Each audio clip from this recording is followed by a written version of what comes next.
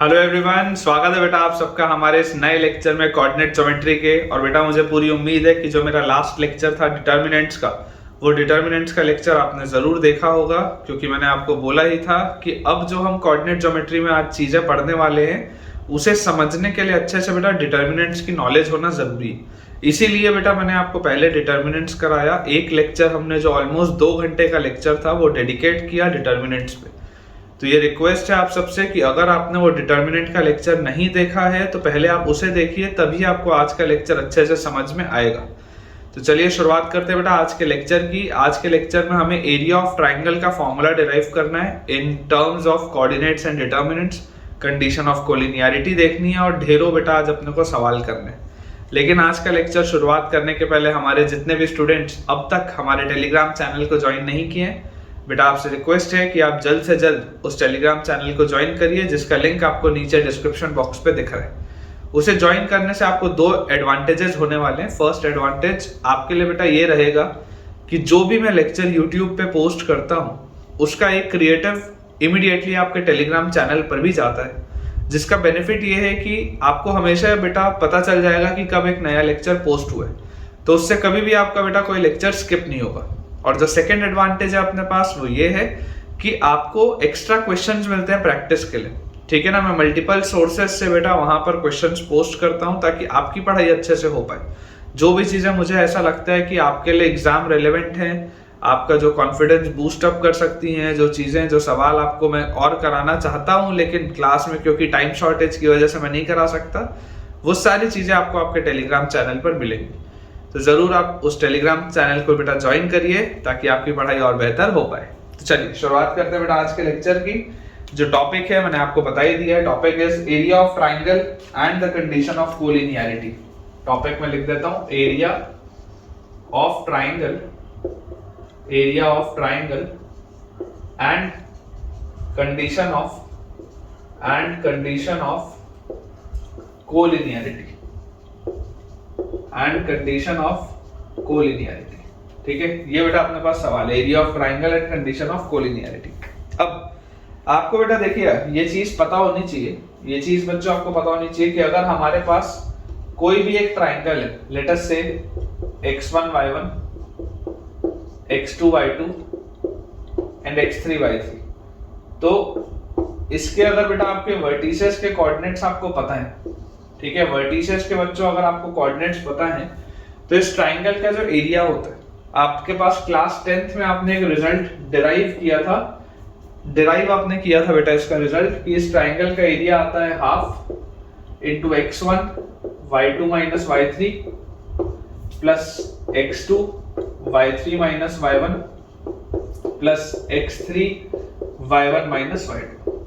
ठीक है, और इस पूरे का बेटा मॉड लगता है, इस पूरे का मॉड लगता है, हाफ सब में कॉमन है।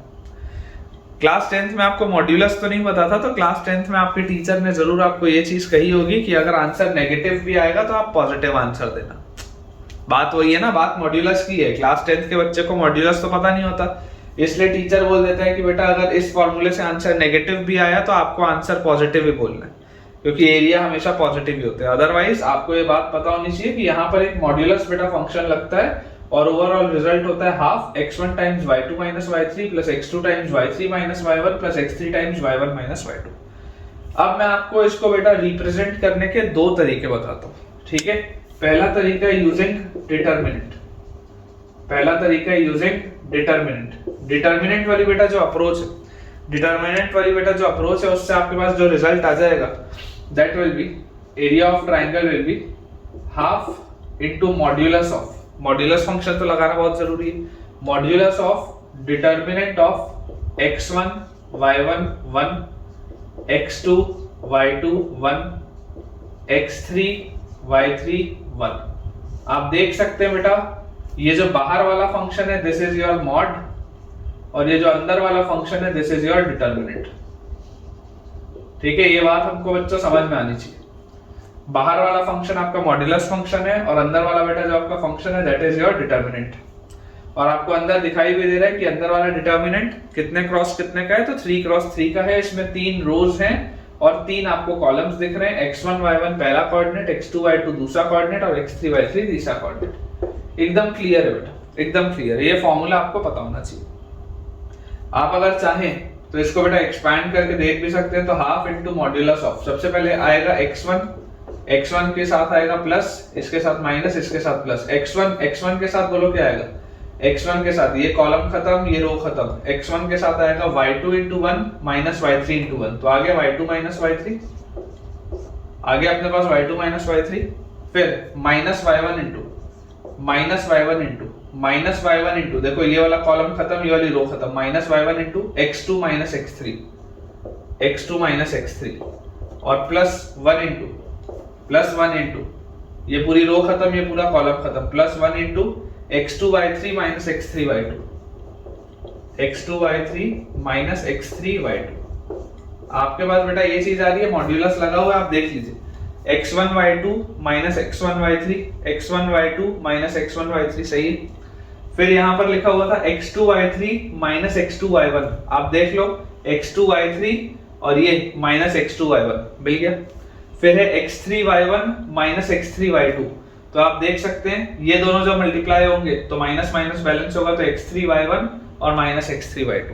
सेम रिजल्ट है बेटा, सेम रिजल्ट है जो आपने ये डायरेक्टली लिखा था क्लास 10th में, डिराइव भी आपने किया था। इसमें आप ट्रेपेजियम बेटा इसको बना के डिराइव भी कर सकते हैं, ठीक है ना। मैं इसके डेरिवेशन पे नहीं जाऊंगा, वो 10th के लेवल में है, बिल्कुल काम का नहीं है। ट्रेपेजियम बना के ये डिराइव होता है, 10th की एनसीईआरटी में दिया है।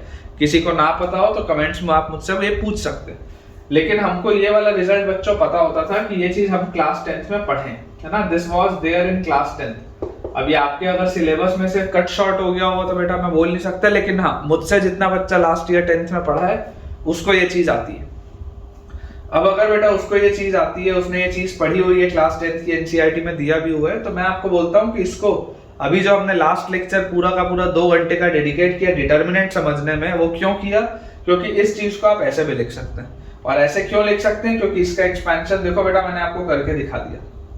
इसका अल्टरनेट वर्जन एक और है, there is an alternate version also, ठीक है। अल्टरनेट वर्जन मैं बोलता हूं आपको 99.9% इंस्टीट्यूट में नहीं पढ़ाते। 99.9% students do not know this, students do not know. Alternate version है 99.9% of the students do not know, guarantee के साथ बोल रहा हूं, पूछ के देख लेना। या तो तुम मुझे, चलो ये अभी मैं तुमको जो वर्जन बताऊंगा तुम मेरे को बताना तुमको आता था या नहीं आता था, ईमानदारी से, ठीक है ना। डील करते हैं ईमानदारी से। मैं अभी आपको लिख के बताऊंगा, आप मुझे बताइएगा कि हाँ आपको ये आता था कि नहीं आता था, ठीक है। और अगर आता था तो भी अच्छी बात है, और अगर नहीं आता था तो ये आपने नया सीखा मुझसे, तो फिर अपने फ्रेंड्स के साथ भी शेयर करना, ठीक है। देखो मेथड होता है शूलेस फॉर्मूला। शूलेस मतलब जूते की लेस, शूलेस लिटरल सेंस में जूते की लेस, शूलेस फॉर्मूला क्या बोलता है, शूलेस फॉर्मूला बोलता है कि आपके पास अगर कोई भी पॉलीगॉन आ जाए, कोई भी, मतलब नॉट नेसेसरीली ट्राइंगल, आपके पास क्वाड्रिलेटरल आए, पेंटागन आए, हेक्सागन आए, सेप्टागन आए, कितने भी साइड का आ जाए, आप तो डायरेक्टली रिजल्ट कैसे लिख सकते हो मैं आपको वो सिखा रहा हूं। अदरवाइज देखो ये वाले फॉर्मूले की तो लिमिटेशन है कि ये सिर्फ ट्राइंगल में लगता है। अभी क्वाड्रिलेटरल कैसे सॉल्व करना है, पेंटागन कैसे सॉल्व करना है मैं सिखाऊंगा, लेकिन इस फॉर्मूले की तो लिमिटेशन आपको दिख रही है कि यार ये तो सिर्फ क्वाड्रिलेटरल में लगेगा और तो कहीं नहीं लगेगा। तो मैं आपको, ये तो बेटा सिर्फ ट्राइंगल में लगेगा और तो कहीं नहीं लगेगा, तो मैं आपको बोलता हूँ शूलेस फॉर्मूला क्या होता है। शूलेस फॉर्मूला होता है हाफ इंटू मॉड ऑफ, और उसके बाद अंदर आप बेटा लिखेंगे डिटर्मिनेंट में x1 y1 x2 y2, जितने भी कोऑर्डिनेट्स हैं, जितने भी बेटा कोऑर्डिनेट्स हैं, जैसे x1 y1 एक कोऑर्डिनेट पेयर है, x2 y2 है, उसके बाद x3 y3 है, ठीक है। ये 3 आपके हो गए, और ये 3 के बाद दोबारा आपने जहां से चालू किया था दैट इज x1 y1, और ये डिटर्मिनेंट और मॉड्यूलस क्लोज, ये बस मैंने लिख दिया है। मान लो अगर मेरे पास 4 कोऑर्डिनेट होते तो मैं यहाँ पर एक x4 y4 और लिखता और उसके बाद आखिरी में दोबारा x1 y1 लिखता, मतलब जहां से शुरुआत कर रहा हूं दोबारा खत्म वहीं पे करना है। ये पूरी चक्री घुमानी है बेटा, ये पूरी चक्री घुमानी है, देख लो आप, ये पूरी चक्री घुमानी है, या ऐसे घुमा लो या ऐसे घुमा लो, एक ही बात, ठीक है ना। x1 y1 फिर x2 y2 फिर x3 y3 दोबारा x1 y1 x2 y2 x3 y3 और उसके बाद दोबारा x1 y1, पूरी चक्री घूमनी चाहिए। और लास्ट में आपको बस ये समझना है कि जहां से आपने शुरुआत की है वहीं पर आपको खत्म करना है। तो अगर क्वाड्रिलेटरल होता तो यहाँ बीच में x4 y4 और आता, फिर x1 y1 आता। अगर पेंटागन होता तो x4 y4 और x5 y5 और आता, उसके बाद x1 y1 आता, लेकिन आता जरूर। तो ये वाला बेटा जो मेथड होता है, इसको सॉल्व करने का तरीका पता क्या होता है? इसको सॉल्व करने का तरीका होता है, हाफ तो वैसी है, मॉड्यूलस वैसी है। ये हाफ और मॉड्यूलस तो वैसी है। ये वाला जो अंदर मैंने लिखा है, तुमको मैं 12th में तो पढ़ाऊंगा ही, लेकिन इसको देखो आपको सॉल्व कैसे करना है। x1 को आप मल्टीप्लाई करो y2 से, तो x1 इंटू y2, फिर प्लस x2 को मल्टीप्लाई करो y3 से, तो प्लस x2 इंटू y3, उसके बाद x3 को मल्टीप्लाई करो y1 से, तो प्लस x3 इंटू y1 कर दिया ये। और उसके बाद अब आप सब्ट्रैक्ट करना चालू करो उल्टे साइड में, तो माइनस x2 y1, उसके बाद आप सब्ट्रैक्ट करना चालू करो। पहले इस साइड में ऐसे वाले जितने होंगे, ऐसे वाले बेटा जितने होंगे, देखो इस पैटर्न में जितने होंगे आप उन सबको क्या करेंगे? ऐड। और फिर उल्टे पैटर्न में जितने होंगे उन सबको आप करेंगे सब्ट्रैक्ट। तो माइनस x3 y2 और minus x1 y3, minus x1 y3, और ये मॉड्यूलस क्लोज। ये मॉड्यूलस था बाहर, अंदर डिटर्मिनेंट था, मैंने ये ओपन अप कर दिया। और जैसे ही बेटा मैंने ये लिखा, आप देख लो, आप वापस एक्सपैंड करके x1 y2 minus x1 y3 minus x1 y3 plus x2 y3 plus x2 y3 minus x2 y1 minus x2 y1 plus x3 y1 plus x3 y1 minus x3 y2 minus x3 y2। Same है और guarantee है बेटा, ये हर जगह use होता है। मैं आपको दावे के साथ बोल सकता हूं कि ये बहुत बच्चों को नहीं पता होता, लेकिन मेरे हिसाब से तो बहुत इंपॉर्टेंट है। देखो इसको शू लेस क्यों बोलते हैं? जूते की लेस जैसा दिख रहा है ना, ये बीच में ऐसी तो बनती है ना जूते की लेस, इसलिए इसको बोला जाता है शू लेस फॉर्मूला। अगर आपको ये पता था तो आप मुझे अभी तुरंत वीडियो पॉज करके कमेंट में बताओ कि हाँ सर हमको ये आता था, हमारे टीचर ने हमको सिखाया था, बहुत अच्छी बात। लेकिन अगर आपको ये नहीं पता था तो यार फिर तो इतना मेरा हक बनता है जानना कि कौन कौन से ऐसे बच्चे हैं जिनको ये मैंने नया सिखाया। ठीक है, तो आप मुझे जरूर बेटा कमेंट सेक्शन में अभी तुरंत वीडियो पॉज करके बताइए कि शूलेस फॉर्मूला आपको आता था या नहीं आता था, और अगर नहीं आता था तो ये शूलेस फॉर्मूला आपको कैसा लगा। ठीक है, इसमें मैं स्टार लगा देता हूँ। मेरे हिसाब से तो बेटा it is a very important result.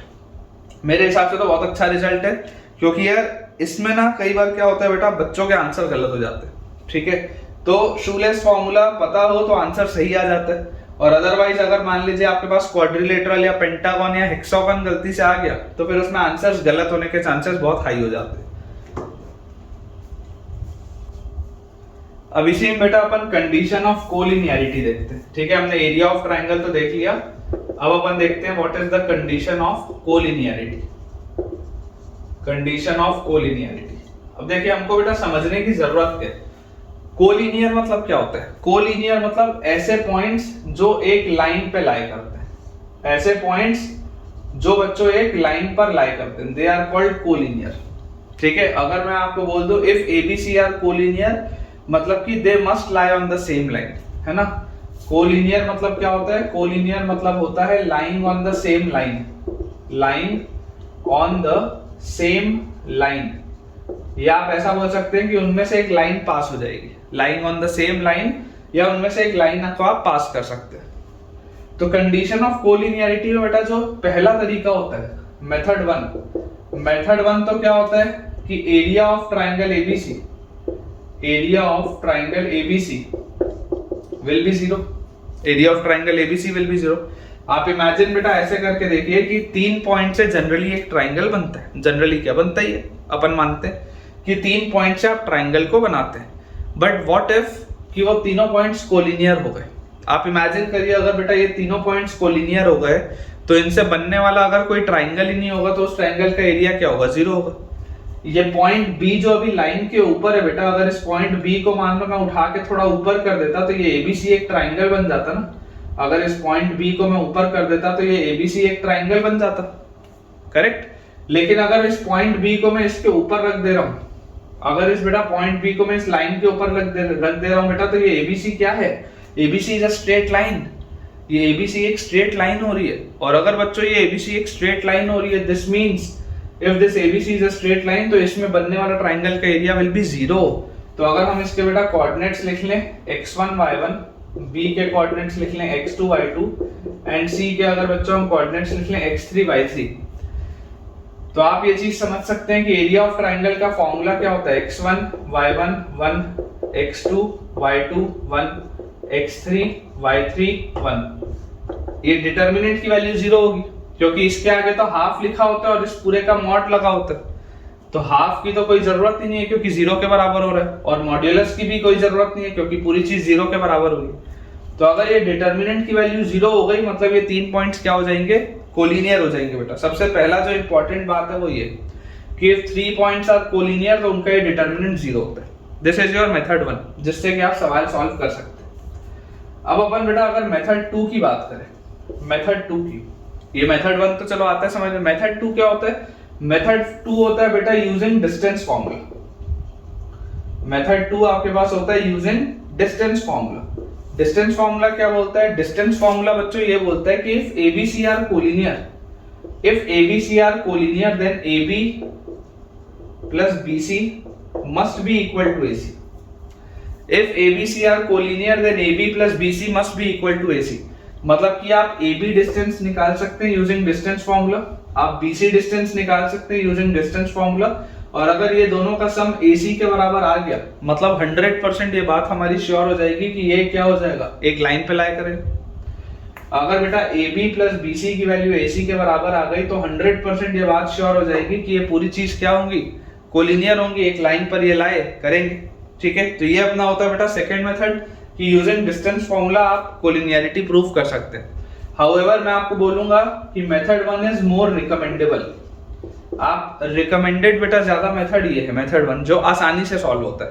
इसमें थोड़ी मेहनत लगती है क्योंकि डिस्टेंस फॉर्मूला बेटा थोड़ा सा कॉम्प्लिकेटेड होता है, अंडर रूट वाले टर्म्स आते हैं, रेडिकल साइन आता है, तो थोड़ा सा कॉम्प्लिकेटेड होता है। तो रिकमेंड मैं करूंगा कि मेथड 1 से आप जाएं तो ज्यादा अच्छा है। हाउएवर इसमें बेटा एक मेथड 3 भी होता है, मेथड 3। मेथड 3 अभी आपके लिए समझ पाना थोड़ा सा डिफिकल्ट होगा लेकिन मैं फिर भी प्रयास करता हूं। Using slope of a line, using slope of a line. ठीक है, ये आपके अगले चैप्टर में आएगा बेटा कुछ दिनों बाद। Using slope of a line, ये आपको मैं स्ट्रेट लाइंस में भी पढ़ाऊंगा। ठीक है, ये स्ट्रेट लाइंस वाला जो चैप्टर आएगा ये पॉइंट अपना जैसे ही खत्म होगा और 3-4 लेक्चर के अंदर मैक्सिमम 3-4 लेक्चर के अंदर बेटा ये पॉइंट चैप्टर खत्म हो जाएगा। उसके बाद हम स्ट्रेट लाइंस की चर्चा करेंगे, तो स्ट्रेट लाइंस वाले चैप्टर में भी ये चीज आएगी आपके पास। तो बोला जाता है using slope of a line का मतलब क्या है, देखिए आप इमेजिन करिए कि अगर आपके पास इस तरीके से एक स्ट्रेट लाइन है, मान लेते हैं इस तरीके से एक स्ट्रेट लाइन है। फिलहाल के लिए एकदम मैं आपको बेसिक से समझाता हूं कि लेट अस से ये स्ट्रेट लाइन जो है ये एक्स एक्सिस के साथ एंगल बनाती है थीटा। लेट अस से ये जो स्ट्रेट लाइन है ये एक्स एक्सिस के साथ एंगल बनाती है थीटा। इसके ऊपर यहाँ पर एक पॉइंट है x1 y1, ये पॉइंट है x2 y2, ये पॉइंट है x3 y3। इसको A बोल लेते हैं, इसको B बोल देते हैं, इसको C बोल देते हैं, बोल सकते हैं। ये x1 y1 है, ये x2 y2 है, ये x3 y3। कोलिनियर मतलब तो यही होता है कि ये एक लाइन पे लाई करते हैं। कोलिनियर मतलब क्या होता है कि ये एक लाइन पे लाई करते हैं। तो आप यहां से बेटा देखो क्या बोल सकते हो, आप यहां से ये चीज बेटा आसानी से बोल सकते हैं कि इतना हिस्सा, ये जो हिस्सा होगा ये हिस्सा होगा x1, ये वाला बेटा जो पार्ट होगा ये वाला पार्ट आपके पास आ जाएगा, this part will be x2 minus x1, और ये वाला बेटा जो पार्ट आ जाएगा this part will be x3 minus x2। यही आएगा क्या, देखो ये इतना सा हिस्सा बेटा x1 आएगा आपके पास, x1 के बाद ये आएगा x2 माइनस x1, और ये आपके पास आएगा x3 माइनस x2। ये बात क्लियर। और उसके बाद बेटा देखो हम यहाँ से क्या चीज समझ सकते हैं, हमें एक चीज समझ में आती है कि अगर हम ये बैक ट्रेस करें, इसको अगर हम इस साइड से ऐसे लेके जाएं तो आपको बेटा ये भी समझ में आता है कि यार ये पूरी चीज क्या होगी, ये पूरी चीज आपके पास आएगी y1, ये इतनी सी बेटा जो हिस्सा आएगा आपके पास this will be y2 minus y1, क्योंकि ये पूरा y2 है, ये पूरा y2 है तो this will be y2 minus y1, and this part will be y3 minus y2। ये जो पूरा हिस्सा है ये y3 और ये इतना हिस्सा y2 है तो दिस छोटा सा part will be y3 minus y2। ये बात अपने को समझ में आनी चाहिए। ठीक है, ये स्लोप वाली चीज आपके पास स्ट्रेट लाइंस के चैप्टर में भी आएगी। तो यार अगर ये एंगल थीटा है तो ये एंगल भी थीटा होना चाहिए, ये वाला एंगल भी थीटा होना चाहिए, ये बात तो आती है समझ। तो यार मैं आपको बेटा एक चीज बोलता हूं कि आप सबसे पहले इस पॉइंट को बोल लो आप पॉइंट डी, ठीक है, इस पॉइंट को आप बेटा बोल दो पॉइंट ई, और इस पॉइंट को आप बोल दो पॉइंट एफ, बोल सकते हैं। आप एक बार के लिए tan थीटा देखो, tan थीटा को स्लोप बोलते हैं, हो सकता है आपने फिजिक्स में पढ़ा भी होगा। बेसिक बेटा बेसिक मैथ्स जो पढ़ाई जाती है फिजिक्स वालों को, उसमें आपने हो सकता है पढ़ा भी हो, चैप्टर 1 होता है क्लास 11th का, कि tan थीटा को स्लोप बोलते हैं। ये स्ट्रेट लाइन होती है y = mx + c, और उसमें स्लोप होता है tan थीटा। तो ये tan थीटा की वैल्यू क्या होगी अगर आप ट्राइंगल एबीडी की बात करें, ट्राइंगल एबीडी, इस ट्राइंगल एबीडी में जरा बेटा आप सोच के देखो, ये इतना सा हिस्सा है y2 - y1 अपॉन ये नीचे वाला बेटा जो हिस्सा है दिस इज x2 - x1, इसमें तो कोई डाउट नहीं होना चाहिए।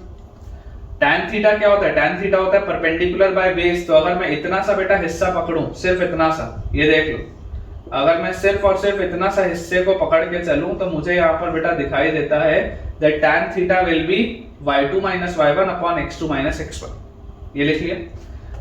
अब अगर बेटा मैं बात करूं ट्राइंगल BCF की, ये वाले ट्राइंगल की, ट्राइंगल BCF, तो ट्राइंगल BCF में बेटा tan थीटा क्या होगा, tan theta will be y3 - y2 upon x3 - x2, तो y3 - y2 upon x3 - x2, ये भी आप बोल सकते हैं कि tan theta will be y3 - y2 upon x3 - x2। और उसके बाद बेटा अगर मैं एक बार के लिए ये पूरा ट्राइंगल लूं, ट्राइंगल ACE, ये जो बड़ा ट्राइंगल, ये बेटा जो बड़ा ट्राइंगल, अगर मैं ट्राइंगल ACE लूं, तो इस ट्राइंगल ACE में जरा बेटा आप ध्यान से सोचिएगा कि ये जो पूरी चीज होगी tan थीटा, ये पूरी चीज, तो यार ये पूरी चीज क्या है, ये पूरी चीज y3 है, ये छोटी सी चीज y1 है, तो ये इतना हिस्सा क्या होगा y3 - y1, this will B y3 - y1 upon, यहां पर बेटा आप देखो ध्यान से कि आप जैसे ही इसको सॉल्व करेंगे आपको क्या दिख रहा है, ये जो पूरी चीज है, तो ये अगर आपको पूरी चीज निकालनी है तो बेटा ये पूरा आपके पास x3 है और ये छोटा सा x1 है, तो this will B x3 - x1, this will B x3 - x1। फिलहाल आपको बेटा देखो ज्यादा लोड लेने की जरूरत नहीं है, आप नॉर्मली इसको लिख के रख सकते हैं, ठीक है ना बेटा, आप इसको नॉर्मली बस लिख के रख सकते हैं, ये चीज आएगी, ये चीज स्ट्रेट लाइंस में मैं आपको दोबारा कराऊंगा, और स्ट्रेट लाइन में आपको बहुत आसानी से बच्चों ये चीज समझ में भी आ जाएगी। ये जो अभी देखो बेटा मैंने लिखा है y2 - y1 by x2 - x1, या जो लिखा है y3 - y2 by x3 - x2, या y3 - y1 by x3 - x1, ये सब बेटा स्लोप है, ये तीनों ही लाइन का स्लोप है। तो आपको अगर कोलिनियरिटी प्रूव करनी है तो कोलिनियरिटी प्रूव करने का सबसे सरल मेथड ये है, सबसे सरल मेथड है मेथड 1 जो मैंने आपको बताया। बट आपको ये पता होना चाहिए कि आपके पास मेथड 2 और मेथड 3 भी होता है, टेक्निकली आपको पता होना जरूरी है, इसलिए मैं आपको ये चीज बता रहा हूँ, ठीक है। तो ये बेटा अपनी बेसिक सी थ्योरी जो हमको पता होनी चाहिए, और अब क्योंकि ये बेसिक सी बेटा आज की हमारी थ्योरी हो गई स्ट्रेट लाइंस की और कोलिनियरिटी की, तो अब अपन सवालों की प्रैक्टिस चालू करते हैं। चलिए बेटा क्वेश्चन अपने पास लिखा हुआ है, क्वेश्चन अपने पास दिया हुआ है, find the area of quadrilateral, find the area of quadrilateral whose vertices are 1,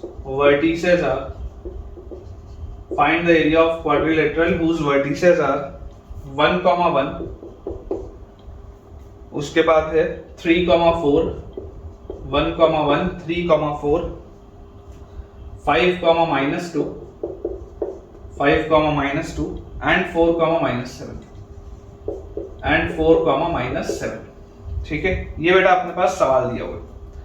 अब आप एक जनरल बेटा अगर चाहें तो नोट डाल के ये लिख सकते हैं, नोट डाल के बेटा आप देखिए क्या बना सकते हैं कि अगर मान लीजिए आपको सिंपल अपना जो ट्राइंगल का फॉर्मूला है डिटर्मिनेंट वाला, अगर आपको उससे आगे अप्रोच करना है तो मैं आपको बोलूंगा बेटा कि कोई भी एक, अगर आपके पास मान लीजिए नॉर्मल एक क्वाड्रिलेटरल हो, कोई भी एक क्वाड्रिलेटरल इस तरीके का, लेट अस से this is A, B, C and D, कोई भी बेटा अगर मेरे पास इस तरीके का क्वाड्रिलेटरल होगा तो मुझे अप्रोच बस ये पता होना चाहिए कि आप कोई भी एक डायगोनल सबसे पहले बनाओ, कोई भी एक डायगोनल। मान लो अगर आपने मान लो डायगोनल बेटा बनाया AC, तो इस डायगोनल को बनाने के बाद आप इसे दो अलग अलग ट्राइंगल्स का एरिया निकालिए।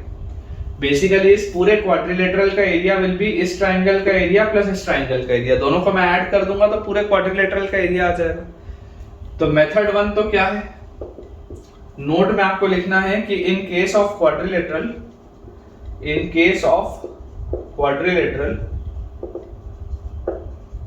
divide the figure into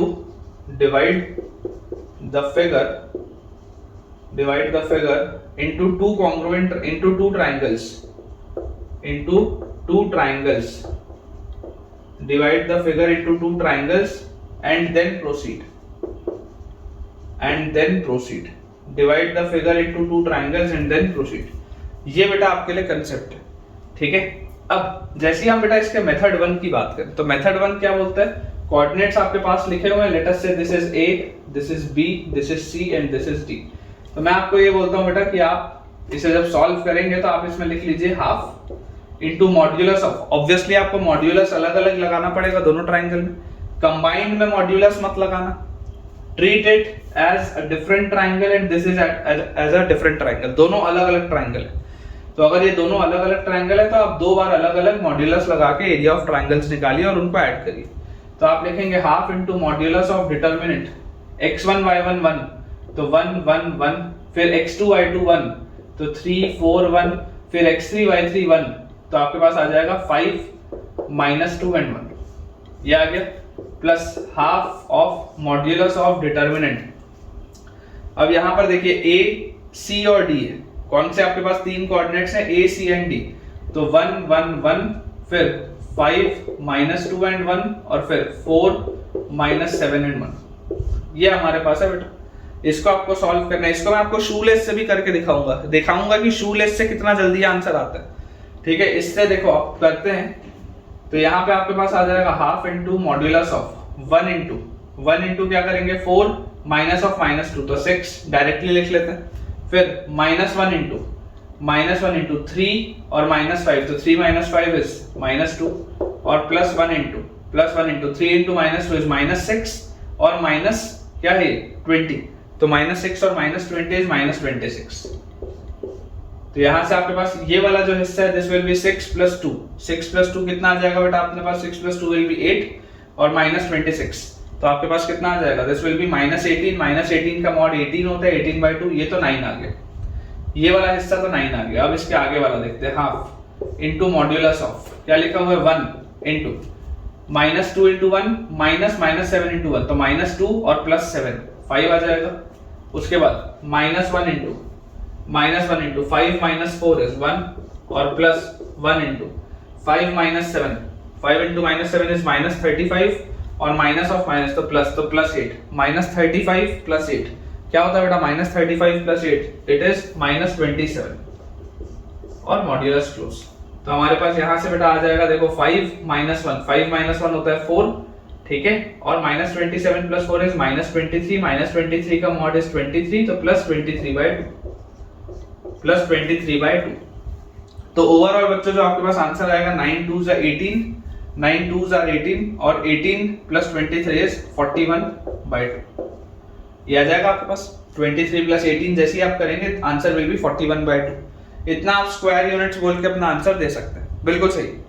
लेकिन अगर मैं इसी को शूलेस फॉर्मूले से अप्रोच करूं, शूलेस से, तो शूलेस फॉर्मूला क्या बोलता है, half into modulus of determinant of coordinates क्या क्या है 1 1 3 4 5 -2 4 -7, और उसके बाद जहां से शुरुआत किया था दोबारा 1 1।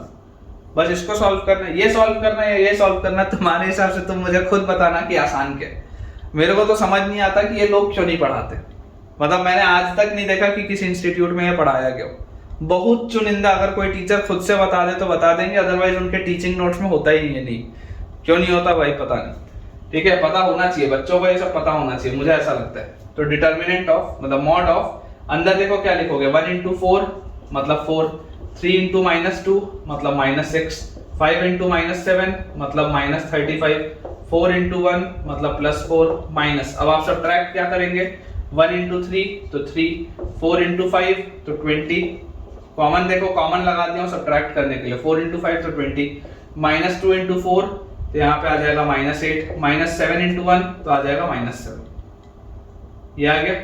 तो यहाँ से बेटा अपने पास देखिए क्या आ रहा है 4 minus 6 is minus 2 और minus 35, minus 37, minus 37 और 4 is minus 37 और 4 is minus 33, तो half into mod of minus 33, और यहाँ पर क्या लिखा हुआ है 3 और 20, 3 और 20 is 23, 23 में से बेटा आपके पास कितना चला गया 15 चला गया, ठीक है 23 में से आपके पास बेटा 15 चला गया, तो अगेन आपके पास बचेगा कितना 23 में से 15 जाते ही 8 बचेगा आपके पास, ठीक है ना 23 और 15 सब्ट्रैक्ट हो गया तो 8 बचेगा, तो यहाँ पे आपके पास आ गया और विथ माइनस साइन तो -8, ठीक है तो देख लो -33 और -8 -41 और उसका मॉड इज 41, आंसर वही आएगा, आंसर सेम आ रहा है 41/2 इधर से भी इधर से भी, लेकिन मुझे पर्सनली ऐसा लगता है कि शूलेस से आंसर जल्दी आता है, तुमको लगता है कि अगर लगता है तो यार मेरे को बताना, ठीक है अगर तुमको भी ऐसी लगता है तो बच्चों मुझे बताना, क्योंकि मेरे हिसाब से तो शूलेस से आंसर जल्दी आता है और शूलेस अच्छा मेथड भी है।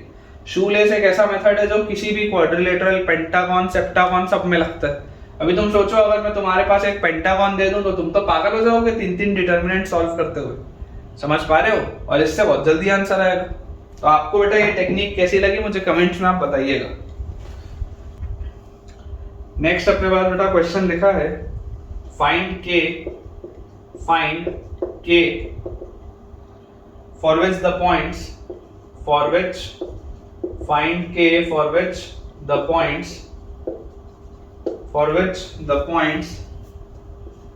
k plus 1 comma 2 minus k plus 1 comma 2 minus k, उसके बाद अगला पॉइंट आपके पास दिया हुआ है 1 minus k comma minus k, 1 minus k comma minus k, और थर्ड पॉइंट हमारे पास लिखा है 2 plus k comma 3 minus k, 2 plus k comma 3 minus k are collinear, ठीक है आपको पूछा जा रहा है कि ये पॉइंट्स कोलिनियर होंगे तो उसके लिए क्या कंडीशन होगी, ठीक है फाइंड के फॉर विच द पॉइंट्स ये आर कोलिनियर। अब कोलिनियरिटी के लिए बेटा देखिए मैंने आपको बताया ऑलरेडी कि कोलिनियरिटी के लिए ज्यादा बेटर होता है कि आप डिटरमिनेंट वाले अप्रोच से आगे बढ़ें। तो अगर if 3 points are collinear, if 3 points are collinear, तो कोलिनियरिटी में आपको पता है कि कोलिनियरिटी में क्या होता है, इनका डिटरमिनेंट 0 होता है, डिटरमिनेंट के अंदर क्या आता है x1 y1 1, तो this will B k plus 1 into मतलब k plus 1 फिर 2 minus k फिर 1, उसके बाद 1 minus k और 1, और लास्ट में आएगा आपके पास 2 plus k और उसके बाद 3 minus k और उसके बाद आएगा 1, ये आपके पास देखिए चीज आती है। अब इसको बेटा अगर आपको सॉल्व करना है तो एक तरीका तो ये है कि आप डायरेक्टली भेड़ जाओ और सॉल्व कर लो, एक तरीका तो ये। दूसरा तरीका क्या है, दूसरा तरीका है कि यार प्रॉपर्टी का इस्तेमाल कर लेते हैं, प्रॉपर्टी का इस्तेमाल कर लेते हैं। नुकसान क्या है, आप लिख लो R1 goes to R1 minus R2 and R2 goes to R2 minus R3, R2 goes to R2 minus R3। ये लिखने से फायदा क्या होगा, ये लिखने से बेटा मेरे को फायदा ये होगा कि देखो जैसे आप R1 minus R2 करोगे यहाँ पर 1 minus 1 0 मिल जाएगा, जैसे आप R2 minus R3 करोगे 1 minus 1 0 मिल जाएगा। मैंने आपको बताया है कि जितना ज्यादा 0 होगा उतना ज्यादा आपका फायदा होगा। तो आपके पास देखिए डिटरमिनेंट क्या बनेगा, दिस शुड बी 0, डिटरमिनेंट आपके पास बनेगा, इसमें से आप इसको सब्ट्रैक्ट कर रहे हो तो k माइनस माइनस के विल बी 2k और 1 में से 1 सब्ट्रैक्ट हुआ तो गायब। फिर यहाँ पर माइनस के में से माइनस के सब्ट्रैक्ट होगा तो खत्म, सिर्फ 2 बचेगा और 1 minus 1 0 होता है। फिर यहाँ पर देखिए इसमें से आप इसको सब्ट्रैक्ट करेंगे, जैसे सब्ट्रैक्ट करेंगे तो माइनस के और माइनस के -2k सबसे पहले और 1 minus 2 इज -1, फिर इसमें से आप इसको सब्ट्रैक्ट करेंगे तो यहाँ पर आपके पास बचेगा -3 और 1 में से 1 सब्ट्रैक्ट करेंगे तो 0, ठीक है। और यहाँ से बेटा तीसरी वाली रो को आपको फिक्स रखना है, क्योंकि मैंने आपको बताया ही था कल भी कि आपको एक रो को फिक्स करना बहुत ज्यादा जरूरी है। तो यहाँ पे बेटा आपके पास आ जाएगा 2 plus k 3 minus k और 1, 2 plus k 3 minus k और 1, दिस शुड बी 0, इसकी वैल्यू बेटा 0 होनी चाहिए। अब आपको एक प्रॉपर्टी और पता है, क्या प्रॉपर्टी पता है कि अगर पूरी रो में से कुछ कॉमन आता हुआ दिख रहा हो तो निकाल लेना चाहिए। तो 0 में भी 2 का फैक्टर होगा, 2 में तो 2 का फैक्टर है ही, तो यहाँ 1 लिख लो और ये वाला भी 2 का फैक्टर, और ये पूरे 2 के फैक्टर को बाहर निकालो हटा दो, ये पूरे 2 के फैक्टर को बाहर निकाल के हटा दो। तो अगर बेटा आप इसको एक्सपैंड करते हैं तो यहाँ पर प्लस लगाते हैं, यहाँ माइनस यहाँ प्लस, देखो k k टाइम्स आपके पास क्या आएगा, k टाइम्स बेटा ये वाला कॉलम ये वाली रो कटेगा तो -3 × 1 -3 और -3 - k × 0, तो यार ये तो 0 हो जाएगा, ये तो 0 हो जाएगा, लिखने का जरूरत नहीं है। फिर माइनस साइन के साथ -1 × ये पूरा कॉलम खत्म, ये पूरी रो खत्म, ये पूरा कॉलम खत्म, ये पूरी रो खत्म, -2k - 1 × 1 तो -2k - 1 और -2 + k × 0, ये तो वापस 0 हो जाएगा, बेकार है लिखना। और प्लस 0 × एनीथिंग, तो 0 × एनीथिंग तो यार 0 ही होता है, देखने की जरूरत भी नहीं है, 0 × एनीथिंग 0 होता है। तो इस पूरे की वैल्यू 0 होनी चाहिए, इस पूरे की वैल्यू 0 होनी चाहिए, तो दिस इज -3k, माइनस अंदर जाएगा तो +2k + 1 शुड बी 0, मतलब -k + 1 शुड बी 0, मतलब कि यार k की वैल्यू 1 आनी चाहिए। सिंपल है बेटा, देख लो, k की वैल्यू 1 आनी चाहिए, बिल्कुल सही। फाइंड k आपको बोला जा रहा है, k की वैल्यू आपके पास 1 आएगी, विच इज कंप्लीटली एक्यूरेट। ठीक है, मेथड आपको पसंद आया हो, समझ में आया हो तो मुझे बताइएगा, कहीं पर भी डाउट आए तो एक बार दोबारा से बेटा आप इसको रिवाइंड करके सुनिए। नेक्स्ट अपने पास बेटा सवाल लिखा है, if the points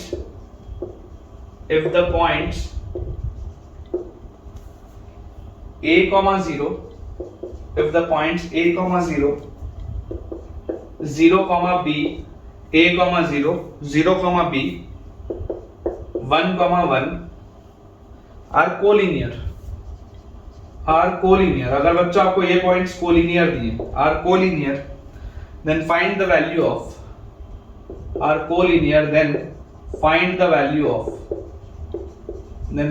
value of, किसका वैल्यू निकालना है, 1/a + 1/b, 1/a + 1/b, इसका बेटा आपको वैल्यू बताना है। ठीक है, 1/a + 1/b का आपको वैल्यू बताना है।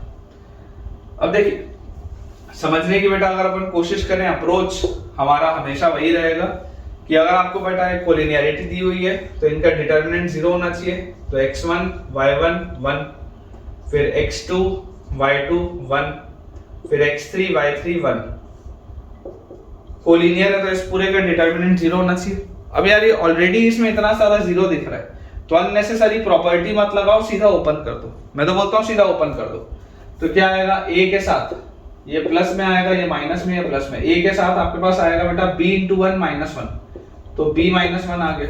फिर -0 के साथ जो भी आएगा कोई फर्क नहीं पड़ रहा, प्लस 1 के साथ अगर आप बेटा लोगे 1 के साथ, तो 0 × 1 0 और -b, इस पूरे की वैल्यू 0 होनी चाहिए। बहुत आसान है, बहुत इजी सा लिखा है। तो ये अपने पास लिखा हुआ है ab - a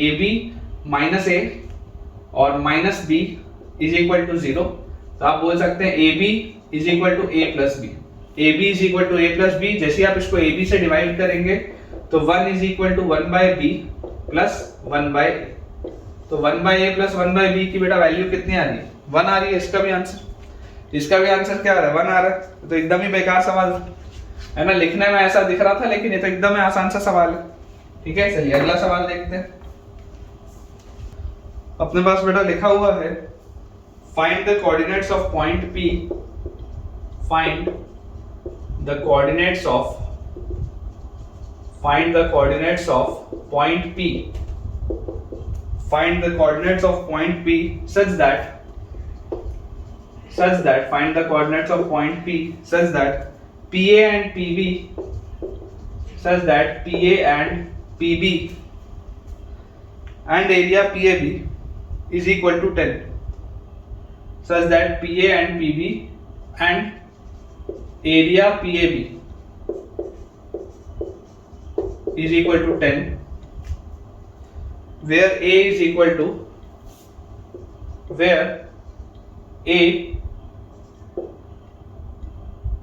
is 3,4 and B is 5, -2। ठीक है, एक बार बेटा मेरे को इसका स्टेटमेंट देख लेने दो, मेरे को थोड़ा सा स्टेटमेंट में इसमें एरर लग रहा है। इसको बेटा आप ना ऐसा कर लो, PA = PB कर लो। ठीक है, PA = PB कर लो। Find the coordinates of P such that PA is equal to PB and area of PAB is equal to 10, और A और B के आपको कोऑर्डिनेट्स दिए होंगे। तो अपन ऐसा करते हैं बेटा, let लेट p के कोऑर्डिनेट्स मान लेते हैं x, y, अपने को x और y निकालना है। p के अपन बच्चों कोऑर्डिनेट्स मान लेते हैं x, y। तो अगर हमने p के बेटा कोऑर्डिनेट्स को x, y माना, तो यार यहां से हमको एक चीज पता है कि यार एरिया ऑफ ट्राइंगल क्या है, 10 है। एरिया ऑफ ट्राइंगल 10 है, मतलब कि half into mod of determinant of x1 y1 1, मतलब कि 3 4 1, फिर 5 -2 1, और लास्ट पॉइंट है x y 1। इस पूरे की वैल्यू आपके पास कितनी आनी चाहिए, 10 आनी चाहिए। यही होगा एरिया, अगर आपके पास 10 दिया हुआ है तो इस पूरे की वैल्यू 10 आनी चाहिए। 2 उधर जाएगा तो 20, ठीक है। और इसको अगर बेटा मैं ओपन अप करूं तो 3 इंटू -2 -y, डायरेक्टली लिख रहा हूं, देखो समझ में आना चाहिए। 3 इंटू -2 -y -4 इंटू 5 - x और +1 into 5y + 2x, 5y + 2x। Check कर लो, this will be equal to 20, ठीक है। इस पूरे की वैल्यू 20 होनी चाहिए, और यहाँ पर बेटा इसका मॉड भी लगा है, यहाँ पर आपके पास इसका मॉड भी लगा हुआ है। तो अगर हम अंदर वाली चीज को थोड़ा सा सिंप्लीफाई करें तो हमारे पास लिखा हुआ है -6 -3y -20 + 4x + 5y + 2x का मॉड इज इक्वल टू 20। तो इफेक्टिवली बेटा अंदर वाली चीज लिखी क्या है, इफेक्टिवली अगर आप देखेंगे तो ये लिखा हुआ है 4x और 2x is 6x, 5y - 3y is 2y, और x वाले टर्म हो गए और y वाले आपके पास बेटा जो टर्म्स थे वो हो गए। कांस्टेंट टर्म बचा -26, और इस पूरे का मॉड 20 था, तो इसकी वैल्यू या तो 20 होगी या तो -20 होगी। मॉड्यूलस लगा, मॉड्यूलस हटाने के लिए प्लस माइनस लगा देते हैं। पूरे में बेटा देखो 2 का फैक्टर कॉमन दिख रहा है, तो this can be written as 3x + y - 13 is equal to +-10। फिलहाल तो आप ये लिख के छोड़ सकते हो। यहां से आपके पास इक्वेशन आ गया। इसके बाद आपको बेटा बोला जा रहा है PA = PB, तो PA = PB मतलब √of x - 3 का स्क्वायर प्लस y - 4 का square will be equal to √of PB मतलब x - 5 का स्क्वायर प्लस y + 2 का स्क्वायर। यही होगा x - 5 का स्क्वायर प्लस y + 2 का स्क्वायर। स्क्वायर करोगे और ओपन अप करोगे बेटा तो x² - 6x + 9 + y² - 8y + 16 is equal to, इसको भी स्क्वायर करके ओपन करोगे तो x² - 10x + 25 और plus y² + 4y + 4, x² y² x² y² cut गया। बचा क्या आपके पास, अगर आप x वाले सारे टर्म्स को उस साइड ले जाओ तो 10x - 6x 4x आ गया।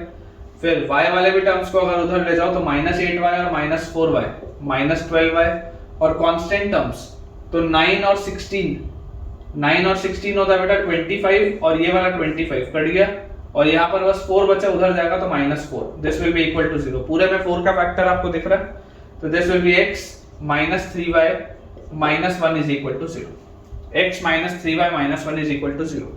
अब अगर बेटा मैं इसको सॉल्व करूं इनके साथ, ठीक है, अगर बच्चों मैं इनको इसके साथ सॉल्व करूं तो पहला इक्वेशन आपके पास देखो यहाँ से क्या आ रहा है, यहाँ से आपके पास आ रहा है x - 3y is equal to 1। यहाँ से आपके पास देखिए 2 इक्वेशन आ रहे हैं। पहला इक्वेशन आपके पास आएगा 3x + y, और जब आप +10 के साथ लोगे तो इज इक्वल टू 23 आएगा, -13 इधर जाएगा तो 23, और दूसरा आएगा 3x + y is equal to, यहाँ -10 के साथ लोगे तो उधर जाने पे +3 बचेगा। तो अगर बेटा इसको मैं सॉल्व करूं पहले इक्वेशन के साथ, which is 3x + y is equal to 23, इसके साथ इसको सॉल्व करते हैं। तो जैसे ही आप इसके साथ इसको सॉल्व करेंगे तो यहां से बेटा देखिए आप x की वैल्यू क्या लिख सकते हैं, x is equal to 1 + 3y। यहां से आप x की वैल्यू 1 + 3y इसमें सब्स्टिट्यूट कर दो, तो 3 इंटू x की जगह आप लिख लो 1 + 3y + y is equal to 23, ठीक है। और यहां से अपने पास आ जाएगा 3 + 3 इंटू 3 9y और y 10y is equal to 23। तो यहां से बच्चों आपके पास 23 - 3 इज 20, और y की वैल्यू आ जाएगी 2, और y की वैल्यू अगर 2 आई तो 1 + 3y है, तो 2 आते ही 3 इंटू 2 6 और 1 7, x की वैल्यू आएगी 7। मतलब कि एक आपके पास जो कोऑर्डिनेट आना था, एक पेयर तो आपके पास आ गया 7,2, एक पेयर तो आपके पास आ गया बच्चों 7,2, x, y आपको चाहिए था, एक पेयर 7,2 आपके पास आ चुका है। बिल्कुल सही भी है, मैं देख लिया हूं आंसर, और सेकंड अगर हम बेटा पेयर की बात करें तो यार इस इक्वेशन को, ये जो इक्वेशन था x minus 3y equal to 1, इसको बताओ मैं किसके साथ सॉल्व करूंगा, 3x plus Y equal to 3 के साथ। ठीक है, इसको अपन सॉल्व करेंगे 3x plus Y equal to 3 के साथ। यार यहाँ से देखो x क्या है, x है 1 प्लस 3y, यहाँ जैसे सब्स्टिट्यूट करोगे तो 3 into 1 plus 3y plus y is equal to 3, तो मेरे पास आ गया 3 प्लस 9y और y 10y is equal to 3। तो यार यहाँ से तो y 0 आ गया, और अगर y 0 आ गया तो x 1 आ गया। मतलब कि अगला जो बेटा अपने पास कोऑर्डिनेट पेयर आया दैट इज 1, 0। नेक्स्ट अपने पास बेटा देखो जो कोऑर्डिनेट पर आएगा दैट इज 1, 0। तो अपने पास बेटा देखिए p के दो कोऑर्डिनेट्स आ रहे हैं, पॉसिबल वैल्यू ऑफ p अपने पास दो आ रही है, आइदर इट विल बी 7, 2 या इट विल बी 1, 0। अक्सर बच्चों से जो मिस्टेक होता है इस सवाल में बेटा, आप मॉड लगाना भूल जाते हैं। यहां से आपको समझ में आता है मॉड्यूलस का इंपॉर्टेंस क्या है। मॉड्यूलस का इंपॉर्टेंस यहां से समझ में आता है बेटा, अगर आप मॉड नहीं लगाओगे तो आप सिर्फ प्लस के साथ लिखोगे आंसर, सिर्फ प्लस के साथ लिखोगे तो आप एक कोऑर्डिनेट मिस कर जाओगे और आपका आंसर गलत हो जाएगा। ठीक है, तो थोड़ा सा बेटा अपने को प्रिकॉशन लेना है, जहां पर मॉड लगा है वहां पर मॉड लगाना है और उसके बाद ही इसको सॉल्व करना है। चलिए अगला सवाल देखते हैं बेटा। अगेन अच्छा सवाल है, नेक्स्ट वाला भी लिखा हुआ है find the area of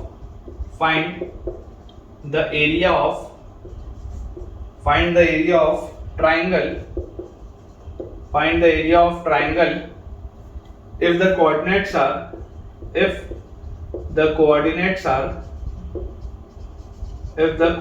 are थोड़े से बेटा डिफिकल्ट कोऑर्डिनेट्स हैं, a cos alpha comma b sin alpha, a cos alpha comma b sin alpha.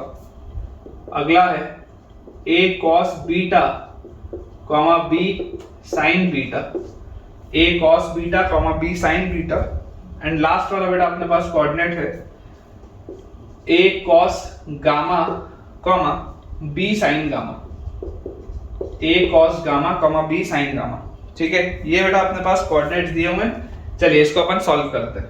देखिए बेटा, जैसे इसको अपन सॉल्व करेंगे, एरिया ऑफ ट्राइंगल निकालना है, तरीका वही होगा half into modulus of determinant of a cos alpha comma b sin alpha comma 1।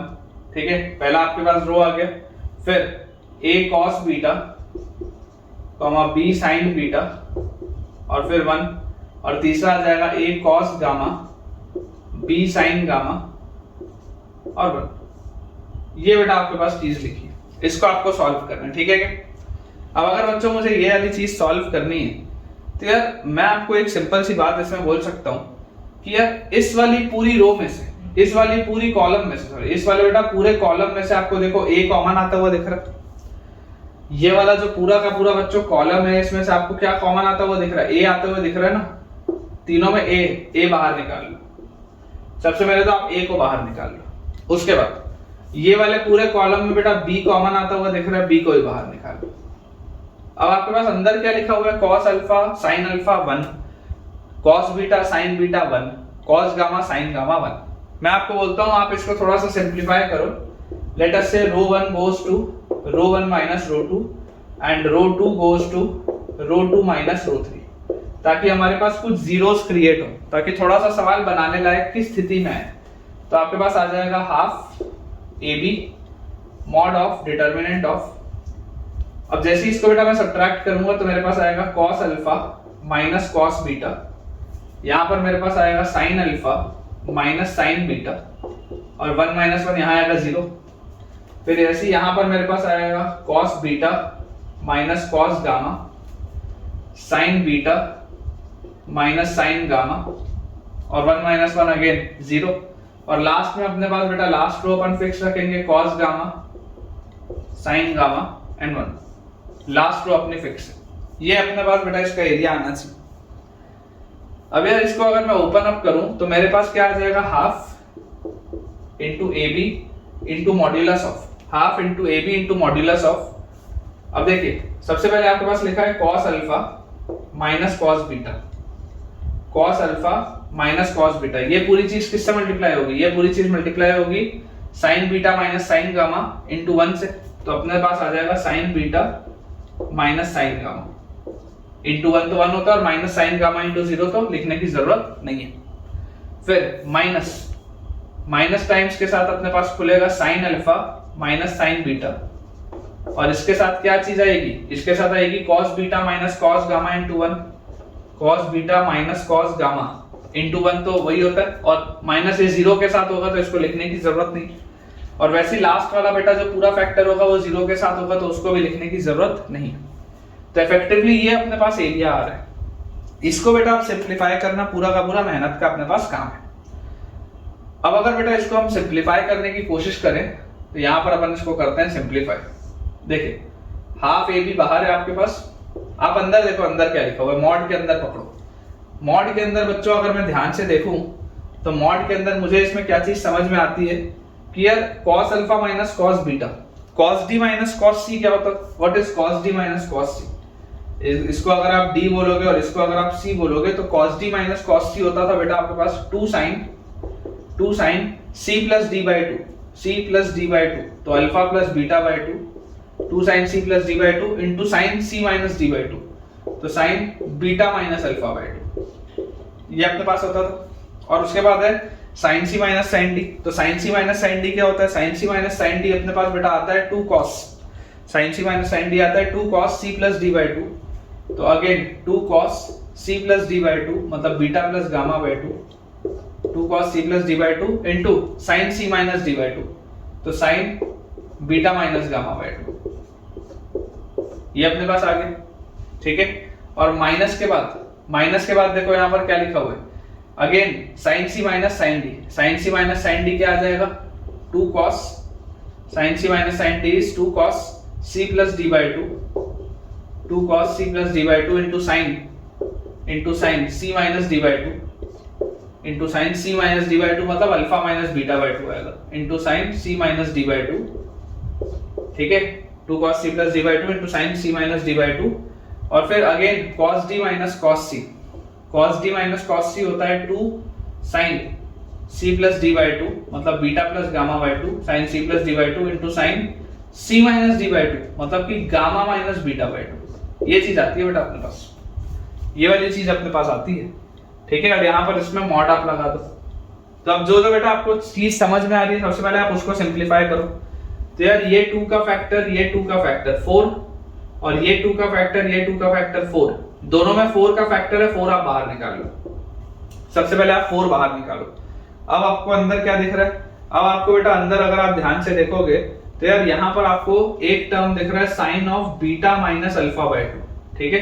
और यहाँ पर बेटा आपको एक टर्म दिख रहा है sine of alpha minus beta by 2, ये दो टर्म आपके पास एक जैसे दिख रहे हैं, और उसके अलावा कुछ एक जैसा दिख रहा है। तो यहाँ पर अपन देखते हैं this is sine of beta minus gamma by 2 and this is sine of gamma minus beta by 2, ये भी टर्म एक जैसे दिख रहे हैं, करेक्ट। तो यार मैं आपको ऐसा बोलता हूं, मैं आपको बेटा ऐसा बोलता हूं कि आप ऐसा करो, आप है ना इस माइनस साइन को बेटा आप इसके अंदर एडजस्ट कर दो।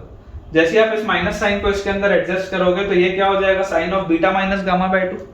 यहां पर अगर मैं प्लस लगा दूं और इसको माइनस साइन को मैं एडजस्ट कर दूं तो मेरे पास क्या आ जाएगा, sine of beta minus gamma by 2 आ जाएगा, बीटा माइनस गामा बाई 2, ये चीज आ जाएगी अपने पास। तो अब ये दो टर्म तो बिल्कुल एक जैसे दिखने लग गए, लेकिन अभी ये वाले दो टर्म थोड़े से अलग दिख रहे हैं, तो अब मैं आपको बोलता हूं कि आप दोबारा बेटा यहाँ पर माइनस साइन लगा दो और इस अल्फा माइनस बीटा को आप लिख लो बीटा माइनस अल्फा, लिख सकते हैं आप, लिख सकते हैं। बेसिकली ये समझा रहा है मेरे को, ठीक है ना। मैं चाहता तो डायरेक्टली भी लिख सकता था लेकिन कठिनाई होती समझने में कुछ बच्चों को। तो अब आपको बेटा देखो ये टर्म इसके बराबर दिख रहा है, ये वाला टर्म इसके बराबर दिख रहा है, ये बात तो क्लियर है। तो अपन ऐसा करते हैं, जो टर्म्स आपको क्लियरली कॉमन आते हुए दिख रहे हैं आप उनको तो यार कॉमन लेके बाहर निकालो। तो 4 और 2 कटेगा तो यहाँ पे आपके पास आ गया 2ab, और मॉड के अंदर अगर आप देखोगे तो आपको बेटा सबसे पहले तो sine of beta minus alpha by 2 एक दिख रहा है निकलता हुआ बाहर, और उसके अलावा बेटा आपको दिख रहा है sine of beta minus gamma by 2, ये भी आपको बाहर आता हुआ दिख रहा है। बीटा माइनस अल्फा बाई 2 और sine of beta minus gamma by 2 ये बेटा आपको बाहर आता हुआ दिख रहा है, इसमें कोई भी अपने को डाउट नहीं। अब इसके बाद अंदर क्या बचा है, अंदर यहाँ पर बचा है sine of alpha plus beta by 2, cos of beta plus gamma by 2, उसके बाद cos of alpha plus beta by 2 और sine of beta plus gamma by 2।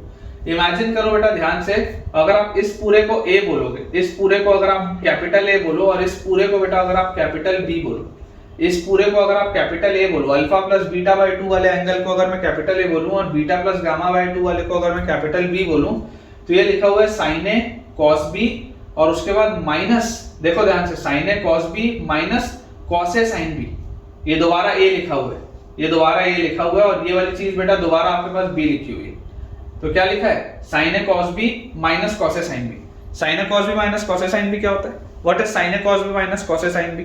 तो sine A cos B minus cos A sine B होता है sine of A minus B, ये आपके पास आता है sine of A minus B. तो ए माइनस बी मतलब अल्फा प्लस बीटा बाय 2, और माइनस बी, बी की जगह क्या आ जाएगा, बीटा प्लस गामा बाय 2, ठीक है, ये चीज आपके पास आएगी विद मॉड्यूलस। तो यार यहां से मुझे दिखाई दे रहा है कि ये बीटा बाय 2 और माइनस बीटा बाय 2 तो कटेगा, तो आपके पास अंदर क्या बचेगा, अल्फा माइनस गामा बाय 2, ठीक है।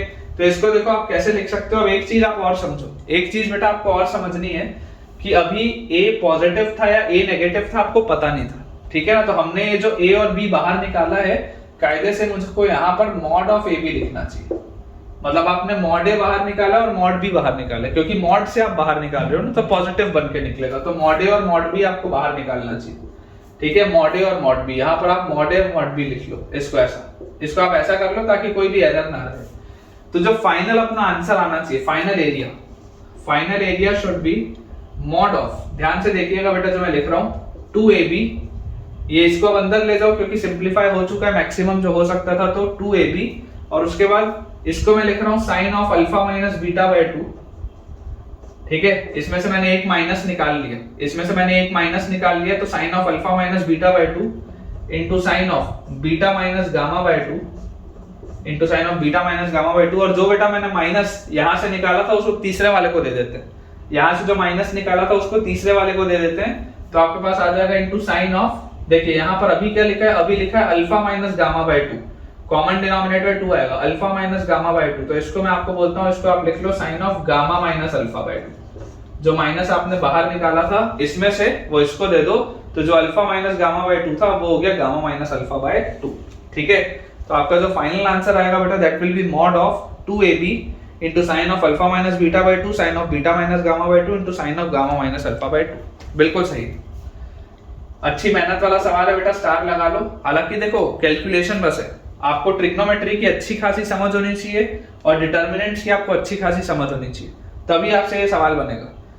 ओवरऑल सवाल में ज्यादा दम नहीं है, सिंपल एरिया ऑफ ट्राइंगल ही तो निकाला है, फॉर्मूला तो एक ही लगाया है, लेकिन ट्रिग्नोमेट्री की समझ होना बहुत ज्यादा जरूरी, कंपाउंड एंगल्स की समझ होना बहुत ज्यादा जरूरी, ठीक है। तो ऐसे सवालों के थ्रू बेटा अपने वो पुराने टॉपिक्स भी रिवाइज हो जाते हैं।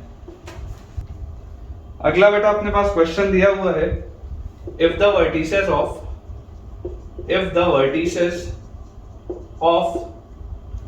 a triangle have of a triangle if the vertices of a triangle has integral coordinates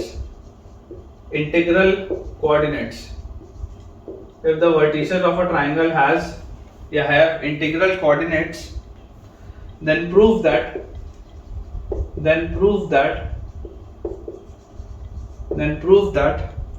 triangle will not be equilateral. Prove that triangle will not be equilateral, ठीक है। ये बच्चों आपको चीज प्रूव करनी कि अगर आपके पास इंटीग्रल कोऑर्डिनेट्स होंगे तो आपको ये प्रूव करना है then the triangle will not be equilateral. अब देखिए, मान लेते हैं बेटा हमारे पास कोई एक ट्राइंगल है, इस ट्राइंगल के कोऑर्डिनेट्स आपको दिए हुए x1 y1, b है हमारे पास x2 y2 और c है हमारे पास x3 y3। Let us suppose अपने पास ये चीज दी हुई है, if the vertices of a triangle has integral coordinates, मुझे बेटा बोला जा रहा है कि इसके कोऑर्डिनेट्स क्या है, इंटीग्रल है, मतलब कि x1 y1 x2 y2 x3 y3 all are integers, ये सारी की सारी चीज क्या है, इंटीजर्स है। तो अगर बेटा ये सारी की सारी चीजें इंटीजर्स हैं, इसका मतलब क्या होगा, इसका मतलब ये होगा बेटा कि if this is an equilateral triangle, if, या ऐसा लिखो, पहले अभी इसको मत लिखो आप, पहले सिंपल देखते हैं एरिया क्या होगा, what will be the area. तो area will be half into modulus of determinant of x1 y1 1 x2 y2 1 x3 y3 1। Area आपके पास ये आना चाहिए, this should be your area. Clearly आप देख सकते हैं, clearly since x1 y1 x2 y2 x3 y3, clearly beta since x1 y1 x2 y2 x3 y3 are all integers,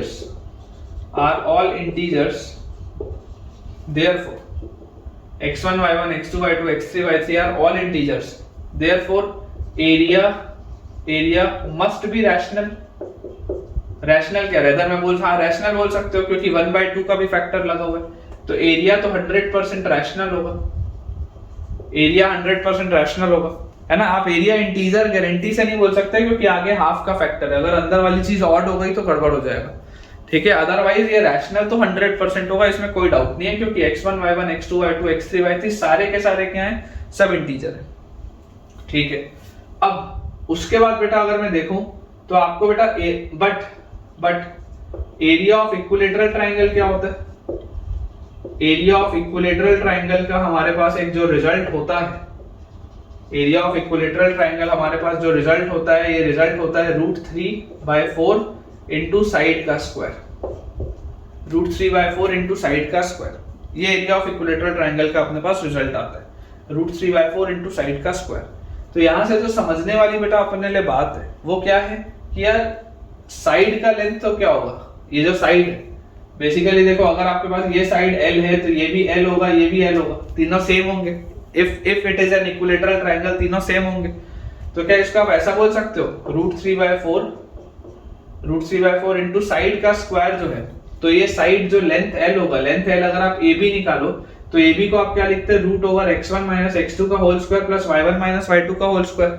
और क्योंकि उसका स्क्वायर लिखा हुआ है तो आप अंदर लिख सकते हैं x1 - x2 whole square plus y1 - y2 whole square, ये आप लिख सकते हैं इसको, क्योंकि उसका स्क्वायर लिखा है ना। तो ये जो रूट होता, ये बेटा जो यहाँ पर रूट आता, वो रूट कैंसिल हो जाएगा स्क्वायर की वजह से।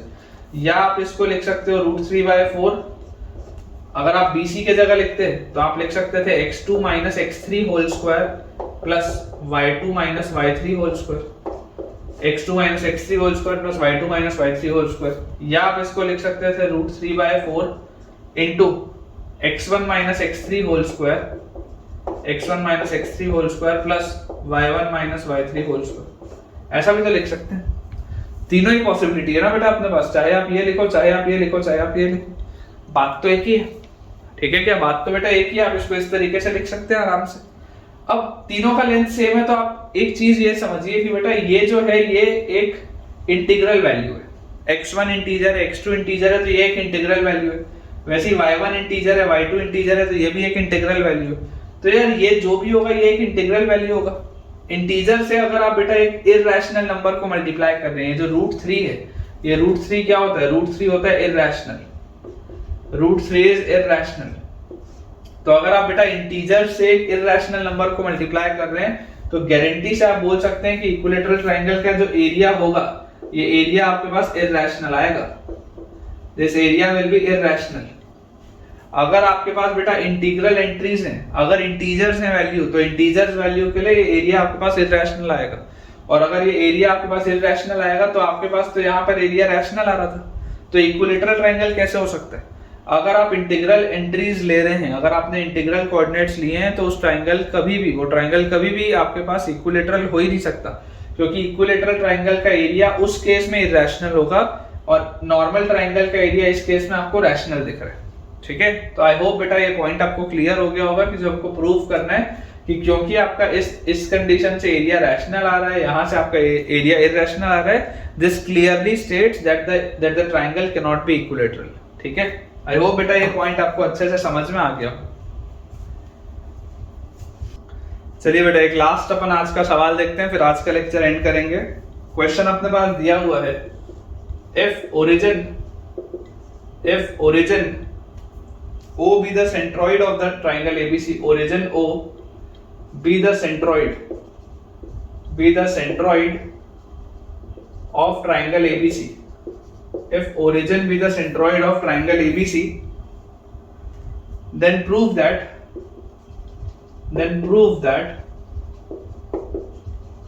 then prove that triangle BCO, triangle BCO, triangle CAO, triangle CAO and triangle ABO, and triangle ABO, then prove that triangle BCO, triangle CAO, triangle ABO are equal in area, are equal in area.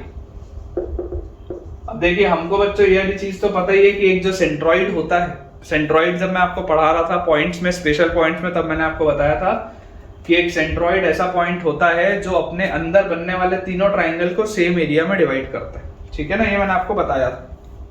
देखिए concept समझने की कोशिश करिए। Imagine करते हैं बेटा ये अपने पास एक ट्राइंगल है, ठीक है, इमेजिन करते हैं ये अपने पास एक ट्राइंगल है, इसका ए जो वर्टेक्स है उसके कोऑर्डिनेट्स हैं x1 y1, बी के कोऑर्डिनेट्स हैं अपने पास x2 y2, सी के कोऑर्डिनेट्स अपने पास हैं x3 y3, ठीक है, और इसके ओरिजिन के बेटा कोऑर्डिनेट्स अपने को दिए हुए हैं 0,0, और आपको बोला जा रहा है कि ये ओरिजिन जो है ये सेंट्रॉइड है। तो कायदे से सेंट्रॉइड होना क्या चाहिए था, कायदे से सेंट्रॉइड होना चाहिए था मेरे पास x1 plus x2 plus x3 by 3, y1 plus y2 plus y3 by 3। कायदे से अपने पास ये होना चाहिए था, सेंट्रॉइड कायदे से ये होना चाहिए था x1 plus x2 plus x3 by 3, y1 plus y2 plus y3 by 3। लेकिन आपको सेंट्रॉइड कहाँ दिया हुआ है, ओरिजिन। तो अगर आपको बेटा सेंट्रॉइड दिया हुआ है ओरिजिन पे, इसका मतलब क्या है, इसका मतलब ये है बच्चों कि x1 plus x2 plus x3 की वैल्यू जरूर 0 के बराबर होगी, तभी तो ये पूरा 0 आएगा, और y1 plus y2 plus y3 की वैल्यू भी जरूर 0 के बराबर होगी, तभी तो ये भी 0 आएगा। ये बात आती है समझ में। अब बेटा आपको बोला जा रहा है कि एरिया इनका, if this is vertex O, तो ट्राइंगल OAC, ट्राइंगल OAB और ट्राइंगल BOC तीनों का एरिया सेम होना चाहिए। आपको ये प्रूफ करना बोला जा रहा है। ऑल्दो ये चीज मैंने आपको पहले ही प्रूफ कराई थी, लेकिन चलिए कोऑर्डिनेट ज्योमेट्री से इसको अपन प्रूफ करके देखते हैं। ये आज का लास्ट सवाल रहेगा, फिर अपना लेक्चर कंप्लीट होगा।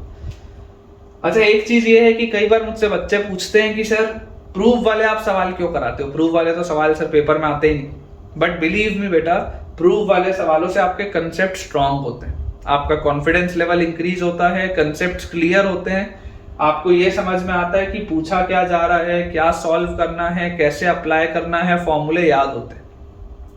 डायरेक्टली सिर्फ अलग अलग बेटा आप सवाल करते रहेंगे ना तो उससे ज्यादा फायदा नहीं होगा, इन चीजों से फायदा होता है। इसीलिए बेटा पहले के समय में पेपर सब्जेक्टिव होता था, ताकि बच्चे का एक्चुअल जो कंसेप्ट है वो चेक किया जाए। अभी ऑप्शन वाले पेपर में तो क्या होता है, कई बार बच्चा ऑप्शन पुट कर करके आंसर निकाल लेता है, इसलिए उसको अच्छे सवाल नहीं बनते। कई सारे सवाल बन जाएंगे लेकिन सब नहीं बनेंगे।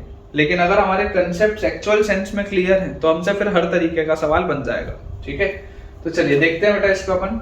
ट्राइंगल अगर मैं बात करूं, एरिया ऑफ ट्राइंगल BOC, चलो सबसे पहले अपन एरिया ऑफ ट्राइंगल BOC निकालते हैं।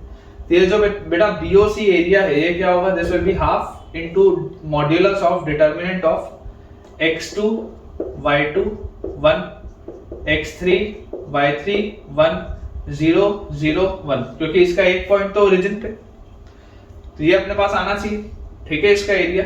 तो यहां से बेटा देखो अब अलग से आपको और जीरो तो क्रिएट करने की जरूरत नहीं है, तो आपके पास आ जाएगा half times modulus of x2 into क्या आएगा, सिर्फ y3, फिर माइनस y2 इंटू सिर्फ x3, और प्लस 1 इंटू 0 तो यार 0 हो जाएगा, ये आएगा आपके पास। तो एरिया कितना आया, एरिया आपके पास आया हाफ टाइम्स, बार बार नहीं लिखते, स्पेस अपने पास कम पड़ेगा, तो फाइनली एरिया ये आया। ये 1 इंटू 0 को भी मैं यहाँ से हटा देता हूँ, और सिर्फ इतने को बेटा अपन आंसर बोलते हैं कि अपने पास देखिए एरिया क्या आया, एरिया अपने पास आ रहा है half into x2 y3 minus y2 x3, ये अपने पास एरिया आ रहा है half into mod of x2 y3 minus y2 x3, ठीक है। चलिए अच्छी बात है। अब हम देखते हैं area of triangle AOB, area of triangle AOB। तो एरिया ऑफ ट्राइंगल AOB क्या होना चाहिए, एरिया ऑफ ट्राइंगल AOB होना चाहिए half into modulus of determinant of x1 y1 1, x1 y1 1, x2 y2 1, x2 y2 1 और 0 0 1, ये आएगा आपके पास। तो यहां से बच्चों आपको क्या मिल रहा है, हाफ इंटू मॉड्यूलस ऑफ, देखिए x1 इंटू क्या करेंगे, y2 इंटू 1 तो y2 होता है, तो x1 y2 और minus y1 into x2 into 1 तो x2 होता है, और प्लस 1 इंटू तो 0 आएगा। तो यहाँ से तो ये आंसर आ रहा है, इधर से तो कुछ और मिला था, यहाँ से तो ये आंसर आ रहा है। क्या करें? तो आपको बेटा समझना पड़ेगा कि देखिए यहाँ पर आपको क्या यूज हुआ है, यहाँ पर आपके पास यूज हुआ है x2, y2, x3 और y3। कौन से टर्म्स यूज हुए? x2, y2, x3 और y3। तो मैं आपको बोलता हूँ आप इस चीज को उसमें कन्वर्ट कर लो। आपको x1 मिल रहा है ना, x1 की वैल्यू क्या होगी? x1 की वैल्यू होगी -x2 -x3। तो आप इसको लिख लो, और this can be written as half into modulus of x1 की जगह -x2 -x3 टाइम्स y2 लिख सकते हैं ऐसा x1 की जगह, और माइनस y1 की जगह -y2 -y3 टाइम्स x2। ऐसा आप इसको लिख सकते हो, कोई दिक्कत की बात नहीं। तो यहां से बेटा देखो अपने पास क्या आ जाएगा, this will be half into modulus of -x2y2 -x2y2, फिर -x3y2 फिर माइनस माइनस ये प्लस हो जाएगा तो y2 x2 तो प्लस x2 y2, और उसके बाद माइनस माइनस प्लस हो जाएगा तो plus x2 y3 modulus close. Clearly -x2 y2 और प्लस x2 y2 आपके पास कैंसिल आउट हो जाएगा। और जैसे ही बेटा ये कैंसिल आउट हुआ तो देखो दोबारा वही मिल रहा है, हाफ के साथ मॉड्यूलस के अंदर x2 y3 minus x3 y2 same result मिलेगा वही बेटा। देखो आपको मैं ट्राइंगल AOC का भी एरिया निकाल के दिखा देता हूं, ठीक है। एरिया ऑफ ट्राइंगल AOC क्या होगा? Half into modulus of determinant x1 y1 1 x3 y3 1 और 0 0 1, ये आएगा अपने पास। तो यहां से बच्चों देखो आपके पास क्या आ जाएगा, half into modulus of x1 y3 into 1 is y3 और 0 इंटू 1 तो खत्म, माइनस y1 तो x3 इंटू 1 इज x3 और 0 इंटू 1 तो खत्म, और प्लस 1 के साथ तो कुछ भी लिखने की जरूरत नहीं। तो ये चीज आ गई अपने पास। अब यहां से बच्चों आप देख सकते हैं अगेन x1 के टर्म से मिल रहा है, इस x1 को आप सब्स्टिट्यूट कर दो। तो जैसे ही आप बेटा इस x1 को सब्स्टिट्यूट करोगे आपके पास क्या आएगा, half into mod of x1 की जगह आप लिख सकते हैं -x2 -x3 टाइम्स y3, और माइनस y1 की जगह आप क्या लिख सकते हैं, y1 की जगह हम बच्चों यहाँ पे लिख सकते हैं -y2 -y3 times x3 modulus close.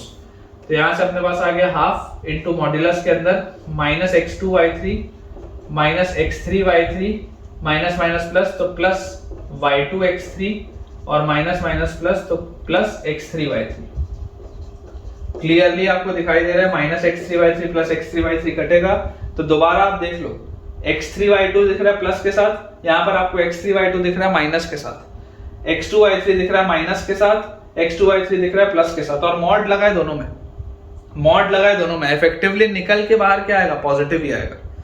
ये जो पूरी चीज लिखी है, ये पूरी चीज क्या लिखी है, this is half of modulus of minus times of x2 y3 minus x3 y2। लिखा वही है बेटा, लिखा वही है। ये x2 y3 minus x3 y2 plus में लिखा है, ये x2 y3 minus x3 y2 plus में लिखा है, और ये माइनस में लिखा है।